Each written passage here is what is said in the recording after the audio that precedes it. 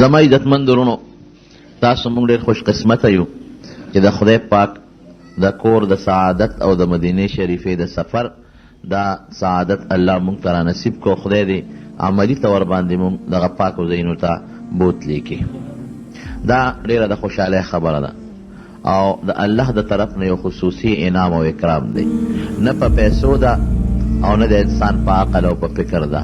ډېر مالداران خلک تاسو وینئ، ستاسو په کلو کې به او ستاسو په علاقو کې به پیسه به ورسره ډېره جایداد به می، کارخانه به می، او د دې سعادت نه به محرومه پاتې. دا صرف د رب العالمین فضل او د الله احسان او د الله پرزونه ده. زما یو ملګری وغیره ته قصه کوله، یو سړی ګونګړي به یې خرڅول دلته، ډېره زړه خبره ده. نو هغه هر ځای به خدای سوال کوو چې خدای ما حج له بوځې. د غریب څه وس نو ګونګړو کې بس، او بیا چې په یو کلي کې راکوټې لږ غوندې ګونګړي خرڅوي، هغه ته د حج د تلو مسله څه اسانه خبره نه ده. وی زه خدای پاک فضل په موقع لاړم حج لا، وی هلته چې حج کې مې کتل هغه ګونګړو والا ګونګړي مار مې په حج کې ولیده. وی حیران شوم، وی ما ورته چې لکه ته هغه پلانکې سړی خو نه هغه ګونګړي چې دې خرڅول ګونګړي مار. وی ما ته وی چې او مغې ما وی ما چې ته څنګه دلته راغلې؟ وی هغه راته یو ټکي ووی، وی ما ته وی چې زه خو ګونګړي مار یم، خو زما پروردګار رب ګونګړي مار نه دی. دا حقیقت دی. موږ غریبانان یو بې کسه بې سوکه. دا د الله توفیق دی، د الله مهرباني ده چې زمونږ او ستاسو په زړه کې د بیت الله د حج اراده واچوله او بیا خدای پاک د هغې اسباب مهیا کړل. نو خدای دې دا خپل نعمت او دا کم الله چې موږ ته پروردګار دا اکثره نصیب کړي دي، د خدای دې موږ له عملي توفیق راکړي. زه د مدینې شریفې متعلق یو څو خبرې درته کوم. ستاسو د مدینې شریفې تلل دا د حج نه مخکې دي. حج نه مخکې به ځای مدینې شریفې ته، او کوم ځای چې ستاسو دپاره اغوښتی شوی دی نو هغه ځای کې به موږ پاتې شوي یو انشاءالله. نږدې ځای دی، درېوال هم پکې د الله فضل دی نشته، او ټیم هم د مدینې شریفې ستاسو به انشاءالله داسې وي رش به وي، دا نه چې نه وي. د نبي علیه السلام د کلي د مدینې شریفې ته هر وخت خلک راځي، او هغه سخت رش به هم انشاءالله العزیز نه. مدینې شریفې ته چې ځای نو نبی علیه السلام فرمایي من حجه، چا چې حج وکړه ولم یزرني او زما ملاقات یې ونه کړه فقط جفانی، د ما سره وفا ونه کړه، ما سره جفا وکړه. او چا چې زما ملاقات وکړه او زما زیارت یې وکړه، د دپاره به زما سفارش واجب شي. یو څو خبرې په ذهن کې کښېنوئ ورونو. یو خدا دی چې ځان سره یو جوړه نوې خالص د مدینې شریفې دپاره کښېدی، جامې به تا او ځان له جوړې کړي. یوه جوړه په دې نیت ځان سره یوسی چې دا به زه مدینې منورې ته ورسم، نو دا جوړه به واچوم چې زه په ښکلي پاک او نوې جوړه کې د حضور پاک مبارک ملاقات وکړم. یو دوست چې دوست ته ځي دی کوشش کوي چې ځان خشته کې ښکلي کړي او ښکلې جامې واچوي او خوشبویي پورې کړي. نو تاسو هم کوشش وکړئ، چونکې هلته کې چې سړی لاړ شي تلوار یې وي لمبلو ته نه جوړېږي. خو خدا ده چې سړی غسل وکړي ولامبي او خشته ښکلې پاکه جوړه واچوي په دغه نیت، دا ما چې درته ووایي، او خوشبویي پورې کړي. نو تاسو به بیا جومات ته لاړ شئ. ملګري به ټول په گاڑو کې د معلم په گاڑو کې تاسو خپل بلډینګ ته ورسئ، او بلډینګ کې به تاسو ته خپلې کمرې هغه میلو شي زنانو ته او نارینهو ته. او بیا د هغه ځای نه تاسو کوشش وکړئ ګروپونه چې جوړ شي نو د هغې به یو ښه طریقه او که ګروپ نه وي نو چې جومات ته ځئ نو د لارې غور کوئ چې لار د نه واپسۍ کې خطا نه شي. د بلډینګ کارت به تاسو ته میلاویږي چې کم د بلډینګ پته ده او کم یې کارت دی. که مرګري د مرګري نه غلط هم شي نو انشاءالله څه مشکلات بني. خو به هر کیف د سبا خو د موبایلو دور دی، مرګري یو بل مرګري سره خپله د موبایلو نمبر ولیکئ، یا خصوصا زنانو ته چې کم کاړي په هغې کې ورته خپل نمبر ولیکئ، نو بیا به د روکېدو دا مسله پکې انشاءالله نه راځي. نو تاسو به نیغ مسجد نبوي شریف ته د بلډینګ کې چې ښه دمه شئ، جامې واچوئ، که غسل کولی شئ وکئ، خوشبویي به پورې کئ، نو د نبی علیه السلام مبارک جومات ته مسجد نبوي مبارک ته به داخل شي. د جومات د داخلېدو چې کومه آداب دی او دعا د هغه به ووایه. بسم الله والصلاة علی رسول الله صلی الله علیه وسلم، اللهم اغفر لی ذنوبی وافتح لی ابواب رحمتک. او که دا اوږد نشي ویلی مختصر وایه چې اللهم افتح لی ابواب رحمتک، خدایه په ما د خپلو رحمتونو دروازې کوله وکړي. دا به جومات ته ننوځئ. جومات ته چې ننوځئ که مکروه وخت نو 2 رکعاته تحیت المسجد به وکړئ. دا د هر جماعت خاصیت دی. خو د جماعت د نبی علیہ السلام کې ځکه پکار دی چې حضور پاک دغه ځای نه دا دین خور شوی دی، هلته یې داسې کړي دي. نو 2 رکعاته به وکړې تحیت المسجد. دا د جماعت آداب دي چې جماعت ته سړی ننوځي 2 رکعاته مونځ وکړي. او که داسې ټیم و چې د سار د مانځه نه پس ټیم دی او یا د مازدیګر د مانځه نه پس دی، هغې کې خو نفل جایز نه دی، نو دغه ټیم کې خیر دی که تاسو بیا تحیت المسجد ونه کې.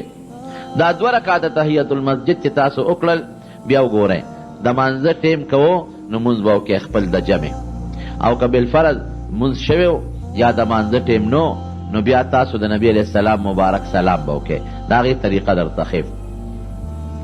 40 منځونه تاسو مدینه شریفې جماعت کې خامخا پوره کړئ چې دې کې د نه قضا را نشي، او دا به ریګولر متواتر کوئ چې دې کې د نه یو منځ پاتې نشي. د هغې فایده څه ده؟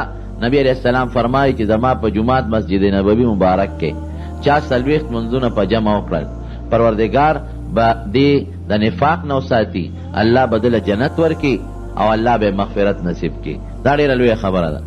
د دې وجې نه حکومت هم کوشش کوي چې 78 ورځې په مدینه شریفه کې په خلکو تېرې کړي، او 78 ورځې به ستاسو انشاءالله په مدینه شریفه کې راځي انشاءالله العزیز. نو 8 ورځو کې 40 منځونه پوره کېږي، نو ډېر لوی اجر یې دی. د مغفرت خبره ده پکې، د بخشش او د مغفرت، د حضور پاک د سفارش خبره ده، او د جهنم نه د براعت او د نفاق نه د خلاصوالي خبره ده. دا ډېر لوی سعادت دی چې په دې 40 منځونو سړي ته میلو شي. او هلته به سړی کوي څه؟ همدغه منځونه دي. دویم د یو منځ ثواب هلته 50 زره دی. یو روایت کې زر، بل روایت کې 50 زره. لکه دلته کې چې ته منځ کې نو 50 زره منځونه وکې، او هلته یو منځو کې د هغې ثواب برابر دی. بلکې د جمع یو په 20 دی، نو 50,000 له چې ته په 27 کې ضرب ورکې نو څومره ته جوړېږي؟ تقریبا 3.5 لکه منځونه ته جوړېږي. نو 3.5 لکه منځونه په یو منځ تا ته میلاویږي. دا څه وړه خبره نه، ډېره لویه خبره ده. ته په ټول عمر کې 3.5 لکه منځونه نشې کولی. نو دې کې بعضې زموږ ملګري لږه کوتاهي کوي، اکثر خوب ورشي، د خوب د وجې د ته منځ ګډوډ شي سار کې، یا ماسپخین کې د خوب د وجې نه د منځ ګډوډ شي. نو دا خوبونه دلته تاسو ډېر کړي دي، او خدای دې د آخرت او د قبر د راحت خوب نصیب کړي. دغه ته پیسې لګې 2 لکه روپۍ څه د پاسه 2.5 دی لګي، او بچي دې پرېښي دي، کور دې پرېښی دی، اهل ویال دې پرېښي دي، د وطن نه لرې شوی. نو چې کوم مقصد لتلی هغه مقصد به حاصلی. ګورئ دغه مقصد حاصل که چې پیسې دې بس نشي او وخت دې ضایع نشي، نو یو خو دا ثواب شو د 40 منځونو. بله فایده څه ده؟ بل دا ده چې د حضور پاک جماعت دی. نبی علیہ السلام بغیر د بیماری نه په خپل ژوند کې هغه د 19 ورځو د بیماری بعضې منځونه کور کې کړي دي، ګنې یا د سفر په وخت کې بار کړي دي، ګنې ټول منځونه په دغه جماعت کې کړي دي. او ډېر مبارک جماعت دی. نو یو چې منځ در نه قضا نشي، د جماعت نه بار در نه پاتې نشي. دویم جماعت کې کوشش وکړئ چا لکه قرآن شریف وردي نو ختم به وکړئ مدینه شریفه کې. یو ختم چې د نبی علیہ السلام دپاره وکړئ، ځکه فایده به تا ته رارسي. نبی علیہ السلام ته زمونږ د ختم ثواب او فایده نه رسي، هغه له خدای لویه مرتبه ورکړې ده. تا له فایده لکه دیوال ته چې بیټري ونیسې، نو دیوال ستا په بیټرۍ څه کوي؟ هغه رڼا واپس تا په مخ راغورځېږي او تا ته فایده ده. خو د حضور پاک په موږ ډېر لوی احسانات دي، ډېر لوی کرم. زمونږ د ایمان او د عمل مسلماني د هغې د برکته ده. نو په دې به خوشحاله شي. نو یو ختم په اسانه، پکې یو ختم خو په اسانه کېږي، بلکې 2 ختم هم پکې کېدی شي. نو یو ختم لازمن په مدینه شریفه کې چې وکړې. قرآن شریفونه هلته دومره ډېرې چې د شمېر نه زیات، تا ته څه دا مشکل نشته چې قرآن شریف میلاویږي که نه، ښه د شمېر نه زیات قرآن شریفونه دي. دویم عمل به تاسو مدینه شریفه کې د درود شریف کوئ. هره درود شریف ځمکه ده، نو کوشش به کوئ فالتو خبرې او فالتو گپ شپ او دلته خپل وطن یادول دا فایده نه درکوي بغیر د تاوان نه. هغې کې که په بلډینګ کې او که هر ځای کې یو په جومات کې نو کوشش کوئ چې درود شریف ډېر زیات ووایئ. بس چې خلم خوځي د الله ذکر، او چې خلم خوځي نو د نبی علیہ السلام مبارک درود شریف. دا ستا عمل شو. 3 عمل دي شو. د جومات منځ چې منځ در نه پاتې نشي. دویم عمل هغه درود شریف د نبی علیہ السلام چې دغه درود شریف در نه پاتې نشي. او دریم عمل د قرآن شریف ختم.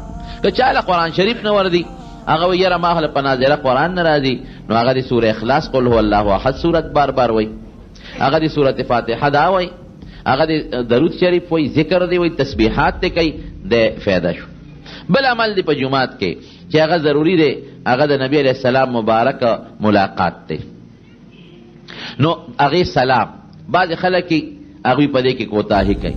یو ملګري نه ما په خپله تپوس وکړو، روانو واپس مکې شریفې ته، وایي زه خو مدینې شریفې ته رالم، یو ورځ مې تېره کړه اوس په دا عمره کې رمضان کې او واپس ځم. ما وی د نبی علیہ السلام سلام دې کړی دی؟ وی نه ما خو نه دی کړی، ته دلته راغلی سلی د خدای بنده.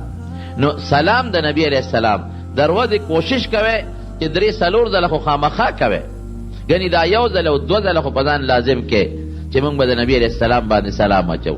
او د هغې وختونه که تاسو ته معلوم شو نو ډېر په اسانه به ستاسو سلام کېږي. هر فرض مانځه پسې متصل رشي، مانځه پسې متصل رشي، دغه ټیم کې مو ورځئ.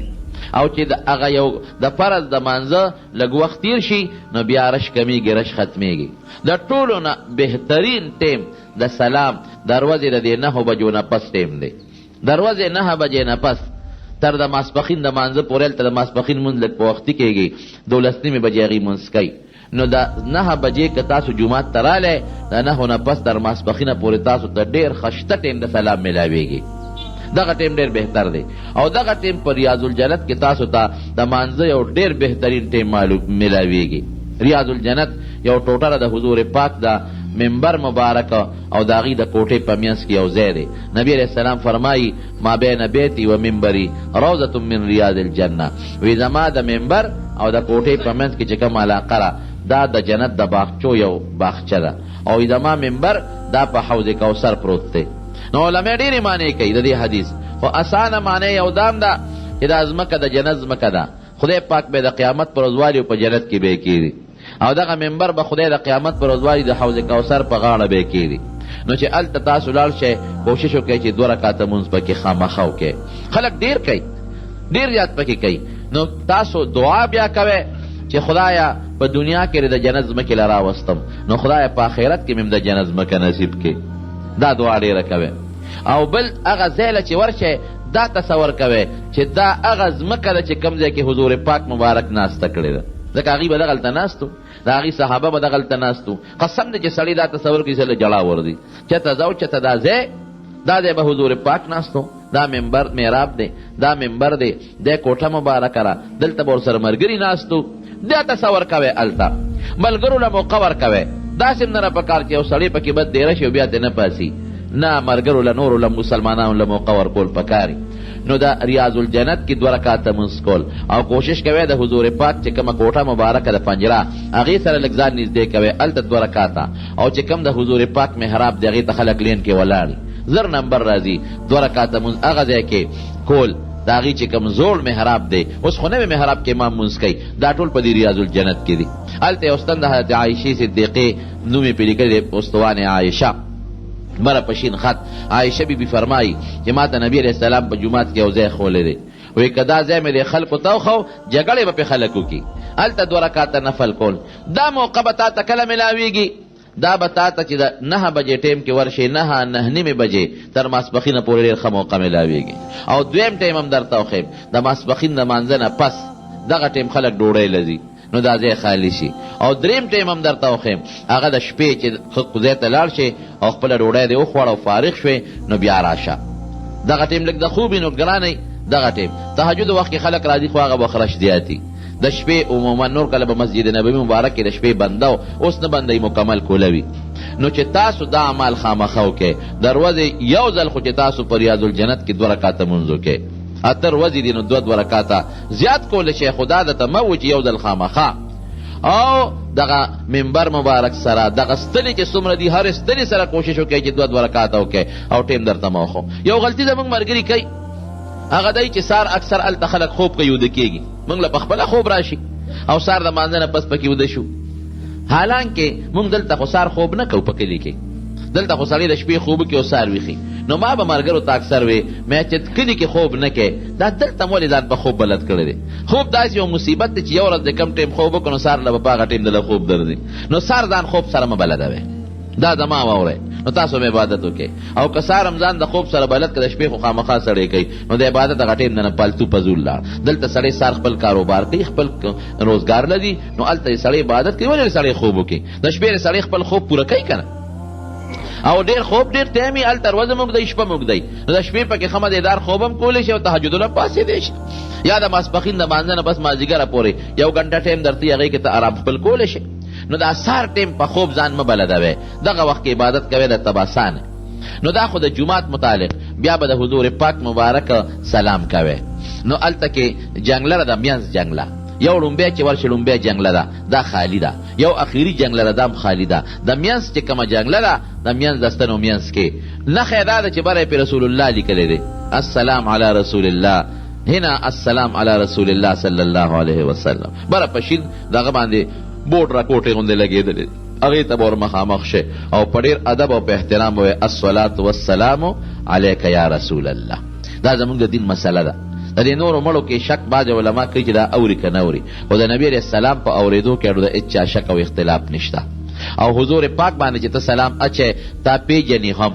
او تعالی د سلام جواب هم درکوي الصلاة والسلام علیک یا رسول الله الصلاة والسلام علیک یا حبیب الله الصلاة والسلام علیک ایها النبی ورحمت الله وبرکاته نور صفات که د نبی علیه السلام کې کولی شي خدا سان دی بیا به لږ مخکې شي په حضرت ابوبکر صدیق رضی الله عنه به سلام کې هغې کې صلات نشته صرف سلام دی السلام علیک یا ابا بکر او که پښتو کې وی هم ویلی شي ای ابوبکره پتا دی السلام علیکم وی او بیا چې لږ ورمخکې شي السلام علیکم یا عمر د حضرت عمر فاروق رضی الله عنه نو په نبی علیه السلام به الصلاة والسلام درود او سلام دواړه وایه او په حضرت ابوبکر صرف السلام علیکم که نوم نه اخلي السلام علیکم او حضرت عمر باندې السلام علیکم که نوم ورسره اخلي هم که نه اخلي هم بیا به لږ غوندې مخکې شي خو په ډېر ادب چې چغه درنه ونه والي شي بل چې ځای موبایل بند کې بعضې خلک هلته کې فوټو والا موبایل وډیو فوټوګرافري پې کوي دا سخته ګناه ده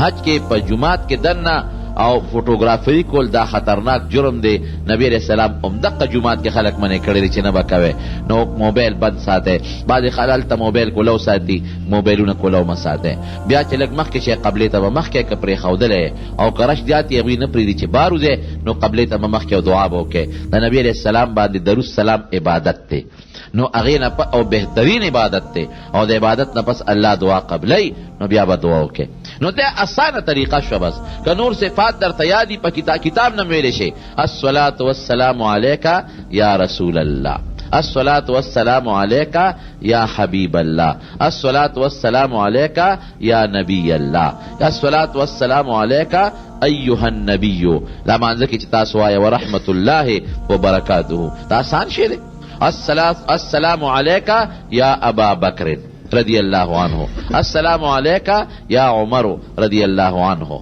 دا نزدې دی بالکل او آسان دی هلته معلومیږي نو دا سلام چې تاسو دروځئ یو ځل خو نه چې 4-5 ځله تاسو کوئ ولې حضور پاک پې خوشحالیږي او چې څوک هلته سلام کوي فرشتې ورله د مغفرت دعاګانې کوي هلته فرشتې ولاړې دي هغوی دله د مغفرت دعاګانې کوي نو چې دا درنه پاتې نه شي دا د جومات دننه آداب شو بل جومات کې فضول ګپ شپ نه لګوئ هسې جومات کې خبرې منه دي او بیا د مدینې منورې په جومات کې خبرې خو ډېرې زیاتې منه دي یو 2 کسانو خبرې کولې حضرت عمر فاروق رضی الله عنه راوغوښتل وی دې خوا راشه وی د کوم ځای یې وی موږ د طایف یو یاره وی ارمان که میلمانه نه وی نن به مې دردولې وی سخت سزا به مې درکړې وه تاسو خبرې کوئ او بیا د نبي علیه السلام په جومات کې ګپ شپ لګوئ نو هلته به لږ ورې د ادب او د احترام نه کار اخلی د مدینې شریفې جومات او خاوره د ادب ځای دی د ادب د هغه ځای سپکه به نه وایې بد به نه وایې د خلکو بد به نه وایې یو بل سره اختلافات او جنگ جګړې اکثر د کور نه سړی بار شي کور یادېږي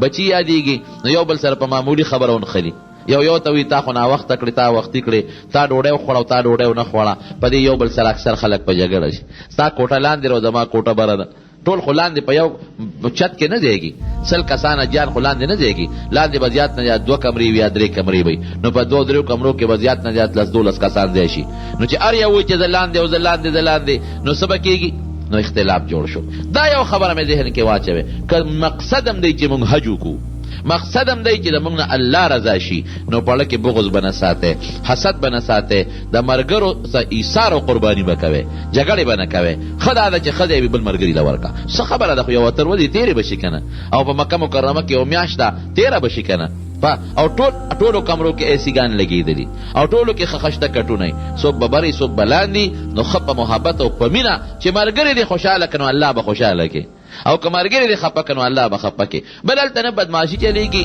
او نه مالداري چلېږي. که غریب دی نو هم خپلې پیسې لګوي او که مالدار دی هغه هم خپلې لګوي نو څوک د چا پروا کم ځای ساتي. اکثر د دې دی چې کم سړی لږ خان مالداري هغه هلته په هغه غریب هغه خپله خاني لږ اوچته اوچته کوي. هلته خاني ماني نه چلېږي. هر سړی په 2 څادر او په د کپن کې ګرځي خدای ته. دا 2 څادره کپن دي. نو دا نشه چې د انسان په ذهن کې پاکستانی کومه نشه ده او د انسان په ذهن کې پاکستانی کومه لویي او کبر دی دا به دریاب نه دې غاړه پرېږدو نه هلته به ځو. هلته به ټول غریبانان یو. خدای له چې زو د خدای نه غواړو نو موږ به عاجزي کوو. موږ خدای له زو خدای نه غواړو. عاجزي به کوو، کبر به نه کوو، لویي به نه کوو، فخر به نه کوو، خدای نه به غواړو. نو چې ته خپل ملګري سره رحم کوې نو الله به در باندې رحم کوي. او که ته په ملګري رحم نه کوې او کبر کوې او لویي کوې دا یقین وساته چې د خدای به در باندې رحم او کبر ونه کړي. یو ځل ملګري په جګړه شو ما وې د خدای بندګانو مې دا حج د جدې پورې خو رسوې پاکستان ته کې نه رسوې د جدې پورې خو رسوې. نو هلته به دا احتیاط کوې. بلکل په کمرو جګړه دا به نه کوې. په باتروم جګړه ته مخکې شو درسته شوې دا جګړه به نه کوې. په چاردام جګړه ته مخکې وکړو ما وروسته وکړو. ډوډۍ باندې جګړه ته وخوړه او ما ته دې پرې نه ښوده څوک هم نار نه پاتې کېږي. په جومات جګړه ته خو رانه لاړی او زه دې پرې ښودم. دا خو سفر دی نو چا به ذهن کې دا راځي او د چا به نه راځي. او هلته کې ملګرو سره ټیل ډال کې یو بل د دې نه به ځان ساتئ. ګورې جګړه زه یو مثال در کوم د لیلة القدر د شپې متعلق نبي علیه السلام راووته او وی صحابو ته ویې درته لیلة القدر شپې مې درته ښوله چې پلان کې شپه ده خو پلانکي صحابي جګړه شروع کړه نو ما نه خدای شپه یېره کړه. څومره لوی نعمت یېر شو، څومره لوی نعمت. خلک اوس په کوشش کې دا به کمه شپئ دا د 2 مسلمانانو د جګړې د وجې نه. نو دا خو ذهن کې اول نمبر په داړه د پاسه ولیکې چې ملګرو سره جګړه یو بل سره اختلاف دا به بالکل نه کوې. د صبر جون بالته تېروې د صبر جون کو د کورنۍ ماحول خو تا ته هلته نه میلاویږي. بالکل کورنۍ که دا وایي چې ما ته به د کور ماحول میلاویږي دا نه میلاویږي.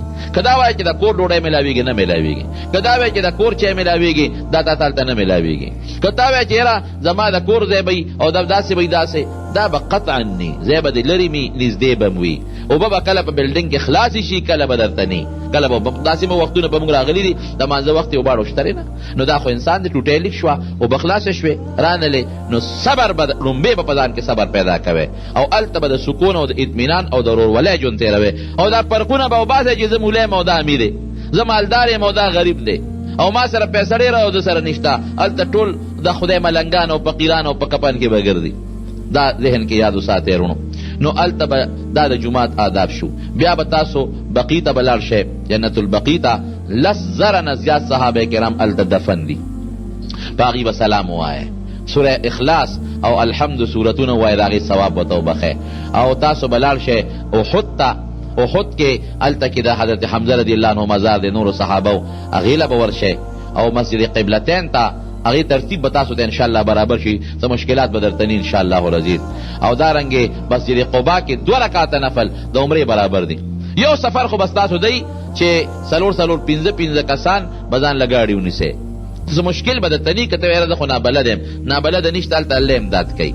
15 څلور ځکه په ټول په یو ګاډي کې ناستېدل مسئله نو تاسو ته هغې به وایي زیاره چغې وایي 10 روپۍ به ورکړئ ریالونه په ټولو به مو ګرځئ په ټولو څه مشکل به راته نی انشاءالله. خو د دې نه علاوه مسجد قبا ته چې تاسو په 2 درېم او سار کې خامخا ځئ ځکه د 2 رکعاتو ثواب دا د عمرې برابر دی. نبی علیه السلام فرمایي نو عمره خو ډېر ګران کار دی اسانه خبره خو نه ده. نو هلته لاړ شئ او هلته 2 رکعاته لمونځ وکئ.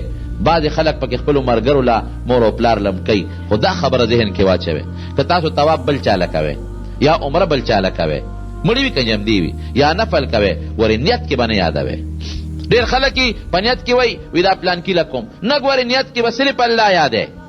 دا مونځ ګورې ته الله لکې دا طواف الله لکې دا عمره الله لکې. ډېر خلک په دې کې خطا دی ډېر خلک خطا دی. هلکه 2 رکعاته چې نیت کوي وي دا پلانکي له کوم پلانکي له نه کوي نیکبخته دا خو خاص الله لره چې مونځ د خلاص کنو بیا به دعا کې د وی خدایا دا مونځ چې ما وکړه دې ثواب ما پلانکي ته وبخه. چې عمره د خلاص کړه د هغې نه پس به وایي چې د دې عمرې ثواب ما پلانکي ته وبخه. چې طواف د خلاص کړه د هغې نه پس به د وایي چې خدای دې طواف ثواب مې پلانکي ته وبخه. ګورې دا ذهن کې واچوئ چې د طواف نه مخکې د عمرې نه مخکې د نفلو نه مخکې په دې نیت کې دغه ټیم به پلانکي نه یادوئ. ښه څوک به یادوئ؟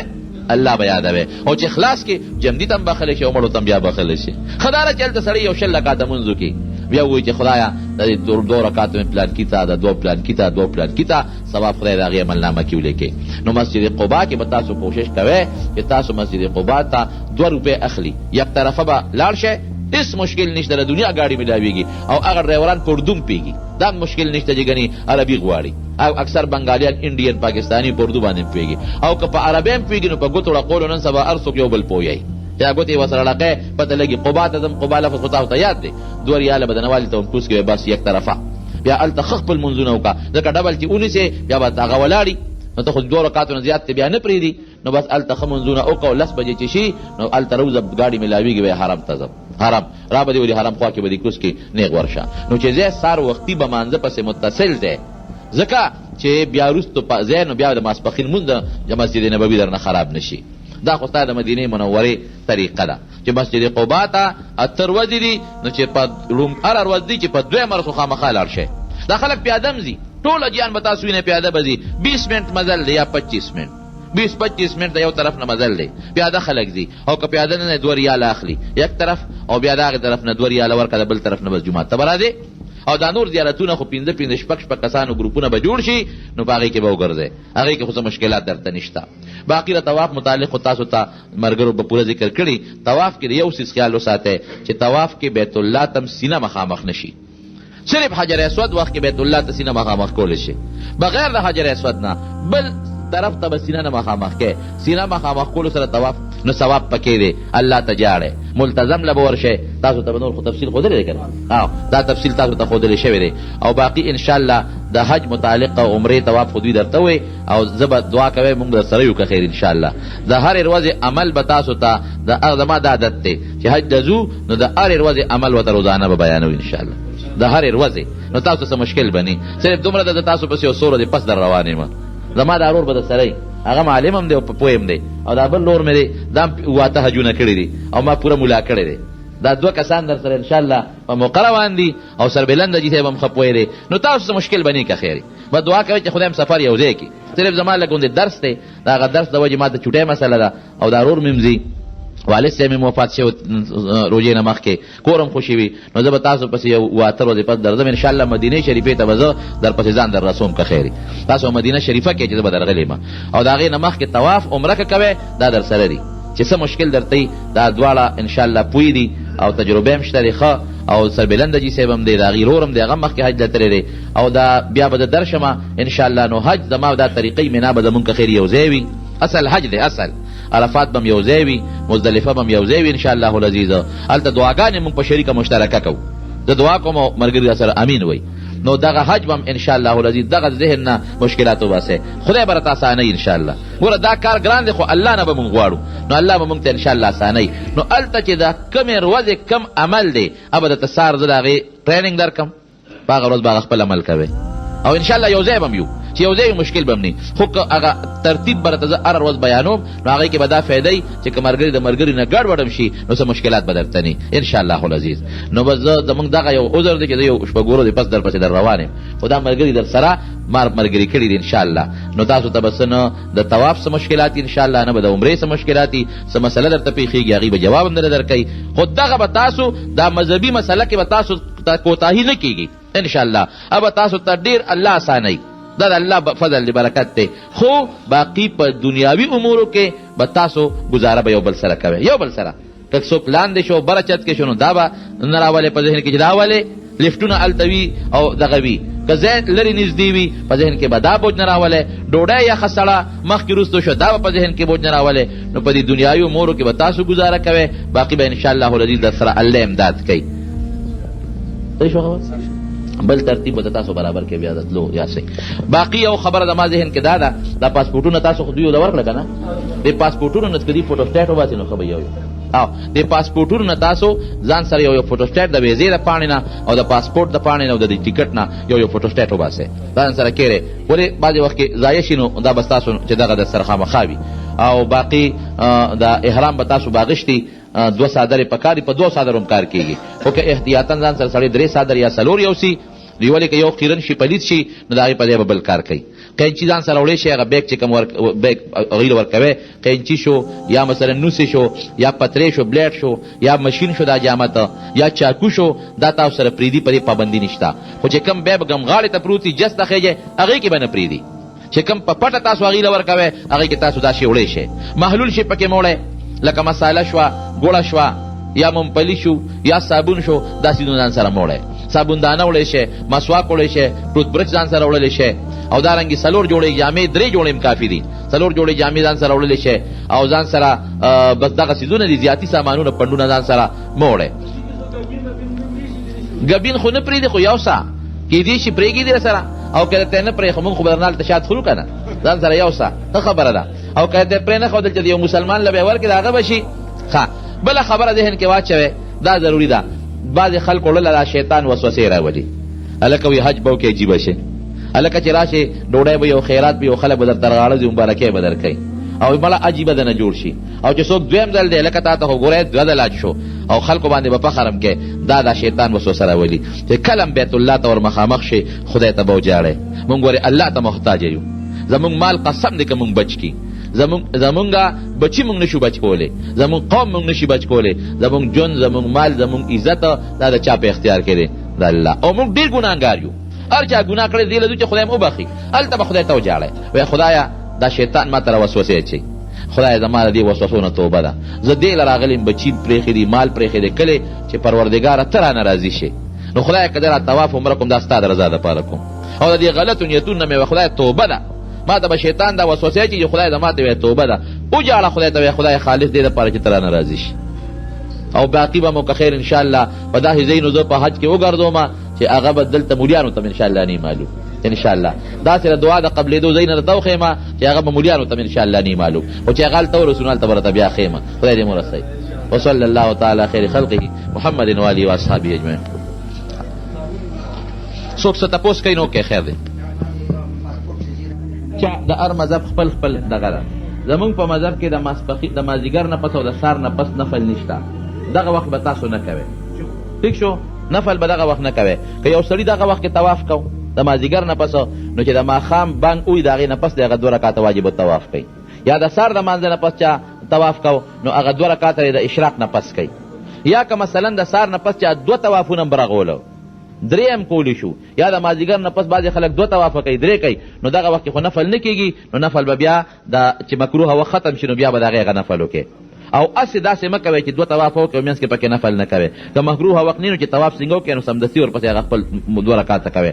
او دا 2 رکعاته واجب الطواف دي، ښه هغې په نیت کې به واجب الطواف چې 2 رکعاته طواف واجب کوم بس خاص الله لره.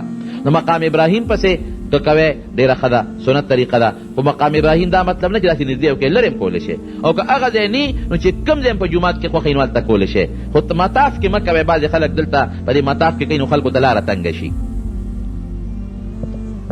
ما خو طواف دغه ځکه ونه کړه چې هغوی بیان کړی وه. تاسو ورته راتلو دغه جی په هر 2 رکعاتو د عمرې ثواب میلاویږي. د څه نیت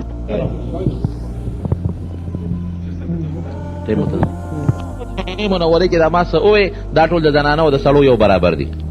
زنانو د سلام مغید مقور کوي ښه برابر، زنانه به خپل کوشش کوي چې خپل منځونه، زنانو دپاره اصل کې مونځ په کور کې بهتر دی، په بلډینګ کې بهتر دی، ځکه هغې د پرده ضروري ده.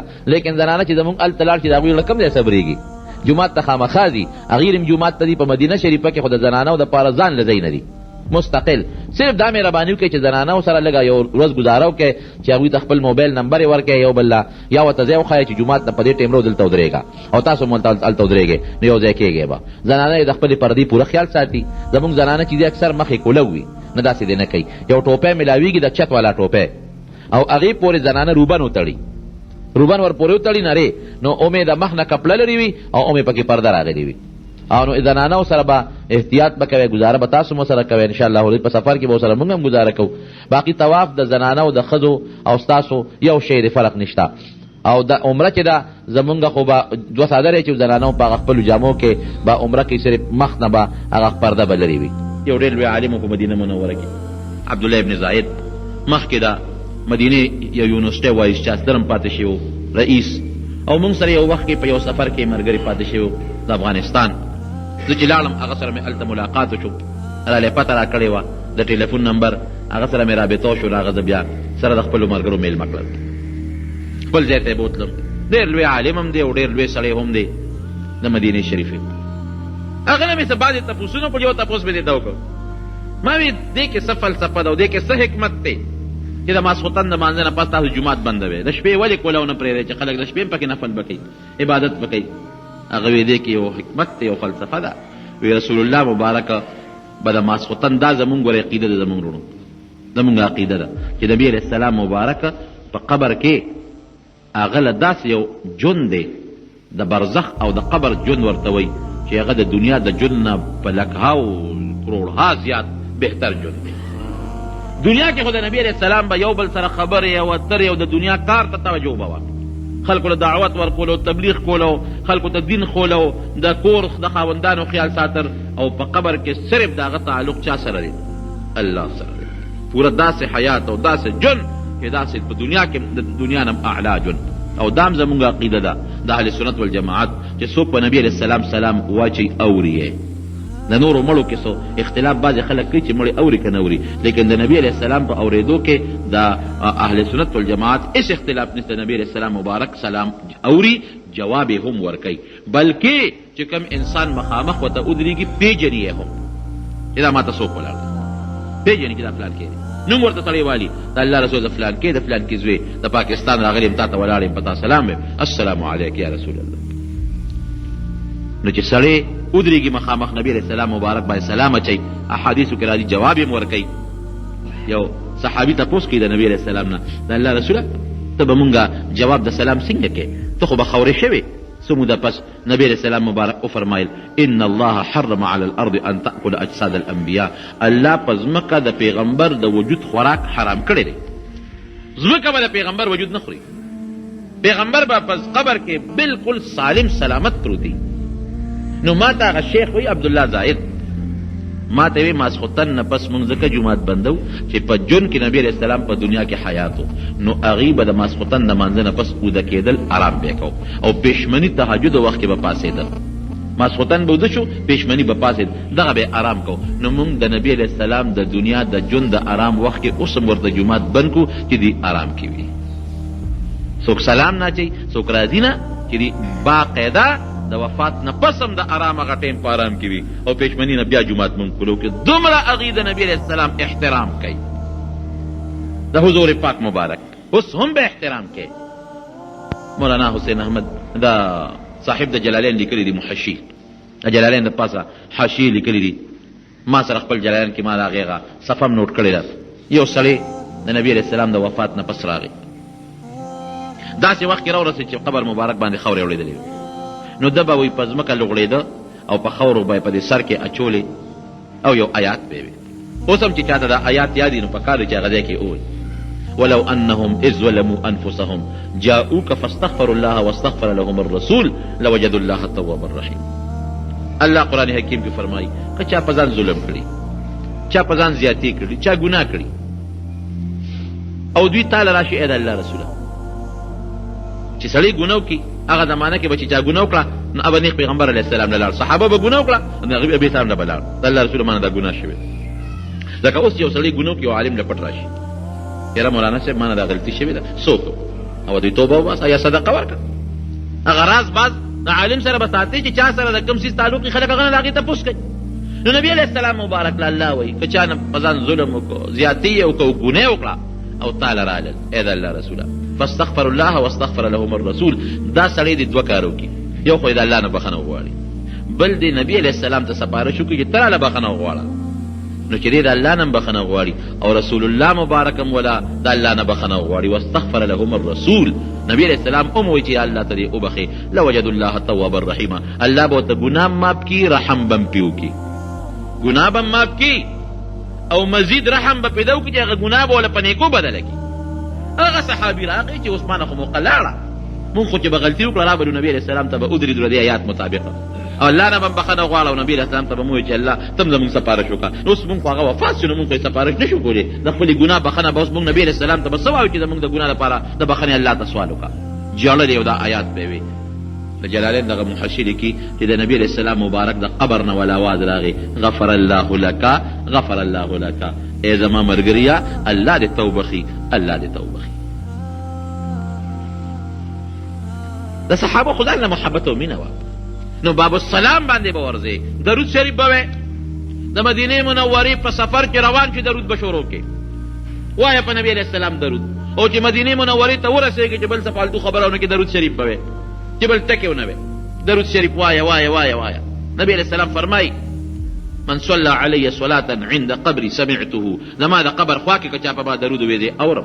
ومن صلى علي نائيا ابلغته، که چا لرې وي پاکستان کې هندوستان کې نو هغه ما ته فرشتې را رسوي. بل حدیث پاک کې راځي نبی علیہ السلام مبارک فرمایي ان لله ملائکة سیاحین فی الارض یبلغونی عن امتی السلام، دا الله فرشتي دی په دې مخ د ځمکه خورې ورې ګرځي، خو چې څوک په ما سلام ووایي درود ووایي هغه نیغې راوالي او ما ته یې راورسوي د الله رسوله فلان کې د فلان کې دوی نن پتا دومره درود شریف ویلی دی، او چې مخامخ یې وې باقاعده اوري او جواب هم درله درکوي. نو درود شریف به وې، او چې کله په باب السلام ورننوځي که نه نو بیا هم دې درود شریف ووایه. نو چې مخامخ د حضور پاک مبارک قبر ته ورنږدې شي او اوس یې ستانه اوري پوه شي چې دا خو زه دې ځای ته راورسېدم اوس به ما ویني او زما درود سلام به اوري، نو بیا ورته مخامخ وایه الصلاة والسلام علیک یا رسول الله، ای د الله رسوله پتا دې درودونه وي، پتا دې رحمتونه او سلام دې وي زما پتا باندې، سلام هم در باندې اچوم او درود هم در باندې مخامخ. نو ډېر خوند کوي قسم په خدای، ډېر خوند کوي. د حضور پاک مبارک دا قبر مبارک نه غیر چاپېره غټ دیوال توري، غټ دیوال لاندې پکې سیکه لګېدلې ده، د دیوال نه لږ دې خواته یو غټه پنجره توده د حفاظت په خیال، او د نبي علیه السلام مبارک مخ ته مخامخ یوه سوړه ده، مبارکه سوړه ده د پیتلو، داسې سپوږمۍ غوندې شکل لري. لږ چې مخکې چې د حضرت ابوبکر صدیق رضی الله عنه مخ ته بله سوړه ده، چې لږ مخکې چې د حضرت عمر فاروق رضی الله عنه مخ ته بله سوړه ده. نو حاجیان ورو په لمبر په لین کې ولاړي او سلام اچوي. او که یو سړی وي چې لږ زیات وخت تېر کم لږ رستو شي خلکو له لار ورکړي لږ رستو شي نو هلته ولاړي، نو هلته کې درود سلام په نبي علیه السلام باندې وایي، د خپل هم وایي الصلاة والسلام علیک یا رسول الله، دا هم وایي او د خلکو درودونه هم ورته رسوي، د فلان کي طرف نه پتا سلام دی د الله رسول، فلان کي راته ویلي د هغه هم پتا سلام دی د الله رسوله. ولې یو سلام د بل چا بل ته رسول دا شریعت کې ثابت دی. بلکې صحابه کرام چې به وفات کېدل صحابه کرام نو یو بل ته به وصیت کو، یو صحابي بل صحابي ته وایي وایي ته بیمارې یاره که ته وفات شوې نو په نبي علیه السلام ګورې زما سلام ووایه، مخامخ هم به وایي، خو لکه یو سړی په ټلیفون تا سره زه خبرې کوم نو مخامخ هم دربه سلام ویم، او چې ته روان یې تا ته مې ملکه که ورسېدې نو زما سلام ورته ووایه. اخو لږ بل شان ملاقات یې د یو انسان چې چا سره میلاو شي د مرګ نه پس جناب علی، نو نبی کریم صلی الله علیه وسلم ته چې مخامخ ولو انهم اذ ظلموا انفسهم جاءوك فاستغفروا الله واستغفر لهم الرسول لوجدوا الله توابا رحيما. دا هم پکې ووایه. زمونږ دا یو ډېر لوی عالم تېر شوی دی عبدالرحمن جامی رحمت الله علیه، یو کتاب یې لیکلی دی شرح جامی، زمونږ طالبان یې وایي نه نحوي کتاب دی، دی شاعر او صوفي شاعر او داسې صوفي شاعر چې داسې عاشق شاعر روان دی د مدینې منورې په سفر چې سمنځ سفر یې وکړ نو هغه زمانه کې د مدینې شریفې چې کوم ګورنر دی والي هغه نبي علیه السلام په خوب کې ولید، وی یو سړی را روان دی په قافله کې مدینې شریفې ته، نوم یې عبدالرحمن جامی دی، دې بند که چې دې مدینې شریفې ته رانشي. د مدینې شریفې ګورنر فوراً پولیس ولیږل، وی دا سړی واپس کړئ. قافله را روانه وه، هغه ځای کې تپوس یې وکړه عبدالرحمن جامی پکې شته؟ وی او دا سړی دی. وی تا ته د مدینې په حدودو کې داخلېدو اجازت نشته، ګورنر صاحب وایي دې به نه پرېږدو، ته مهرباني کو واپس ځه. ډېره ښه ده واپس یې چې واپس یې کړو دا پولیس والا را واپس شو، نو هغه بیا را روان شو. په سبا شپې له ګورنر بیا خوب ولیده، وی ګوره تا ته ما وی چې دا سړی مه را پرېږده او تا بیا را پرېښوده. وی حضرت ما خو کسان لیږلي دي زه به بیا ولېږم. سارې بیا پولیس والا ولېږل، دا سړی واپس کړه. او که واپس نشو نو ګورې پویه که بیا جیل کې جو. پولیس والا بیا په لاره کې ورلل وی ګوره تا ته مونږ پرون ووې ته مو واپس کړې ګورنر صاحب حکم دی چې ته به نه راځې مدینې شریفې ته ته واپس نه شوې او که ډېره پاس هم رالې نو بیا به دې ګورې خیر نه. پولیس والا رالل اطلاع ورسوله په درېیمه شپه نبي علیه السلام بیا د ګورنر په خوب وی ګوره تا ته ما نه وي چې دا سړی واپس کا خو هغه دې را روان دی. گورنر سے پولیس والا ته حکم وکړو چې دا عبدالرحمن جمی گرفتار کړي دی نه سمېږي مونږ یې واپس کوو دی نه واپس کېږي. پولیس دا سړی گرفتار کړ جیل کې واچو. د شپې بیا گورنر نبی علیه السلام په خوب کې ولیدو وی تا ته ما څه ویلو چې دی جیل کې واچوه تا ته ما نه وي چې دا سړی واپس کړه نو ته جیل کې اچې دی مجرم خو نه چې جیل کې اچې. وی حضرت څه وکړم ورسره نو هغه خو نه منې کېږي راځي او تاسو وایئ چې مې پرېږدی نو ما جیل کې واچو ولې حضرت دې نه پرېږدی جیل کې بیا پې ولې خفه کېږې. وی دی مجرم نه دی ګناهګار نه دی چې دی جیل کې اچې. وی حضرت منې کوې ولې وی ځکه منې کوم چې دی یو نظم جوړ کړی دی یو قصیده یو نعت یې جوړ کړی دی او دې به راځي هغه نعت به زما د قبر مخکې وی ما ته مخامخ او داسې خشته مزیدار نعت دی بهترین چې که دا نظم یې په خوږ اواز زما د قبر مخکې ووې ممکن ده چې د قبر نه لاس راوباسم او ده ته ستړي مشي وکړم یو فتنه به ترې جوړېږي. دې پوه که چې دغه نعت مو وایه دغه نظم مو وایه په دې پوه که او باقي پرېږده. نو زمونږ د طالبانو پخوا یو کتاب وی یوسف زلیخا د فارسي یو کتاب د ده هغه نظم د هغې په سر کې شته ډېر اوږده اشعار دي. یو ټکې پکې داسې هم دی ما نه یېرېږي بیرون آور سر از برده یمانی بیرون آور سر از برده یمانی که روی تست صبح زندگانی. ای د الله رسوله لږ غوندې دا سر دی د دې خشته ښکلي کفن نه بار راوباسه ستا په دې مخ مبارک چې دا کم د یمن اعلی خشته څادر پروت دی دې نه خو دې دا سر مبارک لږ بار راوباسه. ولې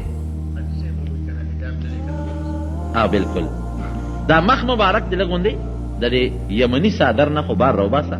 ولې ځکه چې ستا مخ مبارک د جون سبا دی سبا څنګه چې د ورځې سبا راښکاره شي او رڼا شي نو د انسان جون د تیارې نه رڼا ته به الودي چې ستا د مخ مبارک شغلې به پرېږدي. حجاب لرې که د مخه محبوب ورو ښه حجاب لرې که د مخه ګلفم ورو سنم په ځای کې د ګلفم ویلا بخي خیر دی هغې خو د یو عشق په بنیاد ښکلې لفظ ویلی دی خو حجاب لرې که اصل د حاجي صاحب د دغې کړی لفظ سنم نه دی ښه ګلفم دی. دا شاعرانو خطا کړی وروسته تاسو ناتخوانانو خطا کړی دی لکه حجاب لرې که د مخه ګلفم ورو څنګه دی ورپسې چې مې لرې شي د زړه ځینې غم ورو. حاجي صاحب هم وایي واقعي حاجي صاحب رحمت الله علیه هم یو بهترین عاشق الله یې زموږ د ټولو په زړونو کې د حضور پاک مبارک او د هغه د کلي محبت او عشق پیدا کړي. یو صاحب د قصیدې د قصیدې برده ډېره مزېداره خشته قصیده یې لیکلې ده. نو دا قصیده چې دا قصیده برده دا سړی چې و نو دې په خپو باندې دغه و ده شل په دواړو خپو باندې شل او ده به د بادشاه په صفتونو کې نظمونه لیکل. یو بادشاه به یې ولیکه د بل بادشاه ته به دې بادشاهانو له او چې هغه نظم به د بادشاه په خوا دا رواج و شاعرانو به شعرونه جوړول او بادشاه ته به دربار ته راغلل هغه نظم به پیش نو بادشاه به انعام ورکو. نو دې د قصیدې بردې د خاون به د بادشاه صفت کې شعرونه جوړول او بادشاه له به ته هغه به انعام ورکو. فالج و په خپو شل کټ کې پروت دی زړه کې وایي چې یاره ډېر لوی افسوس دی چې ما د هر بادشاه په صفت کې یو نظم یو نعت جوړ کړی دی او تلې مې ورته ورولی دی انعام مې اخیستی دی. د نبي علیه السلام په صفت کې مې یو نظم اوسه پورې نه دی جوړ کړی عجیبه شاعر یم. نو د ماسخوتن چې وده کېده نو وی راشه ودرېږه یو نعت جوړوم یو ډېر خشته مزېدار نظم ښکلې نعت یې د نبي کریم صلی الله علیه وسلم جوړ کړ او چې څنګه یې جوړ کړ وده شو په خوب کې رسول الله مبارک ولیده. دی ورته وایي د الله رسوله ما د ډېرو بادشاهانو په صفت کې نعتونه جوړ کړي دي نظمونه قصاید امې ورته اورولي او انعامونه یې راکړي دي. بېګا چې وده شوم نو زړه کې مې سوچ راغی چې د خپل ښکلي پیغمبر یو نظم او نعت دی جوړ کړی نه دی دا خو واحسن منك لم تر قط عيني واجمل منك لم تلد النساء. اے پیغمبر ستانه خشته انسان ما پر خپل سترګو چرته نه دی لیدلی او ستانه ډولې شخصیت د مور نه دی پیدا. څونه خشته دی؟ واحسن منك یا واحسن منك واجمل منك یا واجمل منك. لم تر قط ما دې سترګو ستانه خپل شخصیت لیدلی نه دی ولم او ستانه خشته شخصیت مور نه دی راوړی. واقعي نبی علیہ السلام خشته شخصیت او بیا سوی خلقت مبرئا من كل عيب كأنك قد خلقت كما تشاء. الله د هر عیب نه پاک پیدا کړی، اس عیب دکی نشتا. او اخر کې وای دیتا انداز سوچو کې وی داسې پیدا یې کنه لکه ستا چې ځان څنګه خوښ و هغسې پیدا د انسان ځان چې په خپله خوښه پیدا وي نو هغه څومره به ښایسته وي. د چا په ځان کې پوټۍ نو قدم نه خوښ داسې پیدا شوی لکه چې ستا کوم شکل خوښ و الله هغسې پیدا کړي. یو ځل نبي علیه السلام مبارک ته عرض کوي د الله رسوله د دې قریشو بد ویمه په شعرونو کې مذمت ورته وایي د هغې مذمت کوم بد یې ویم ځکه چې هغې تا پسې شعرونه جوړوي.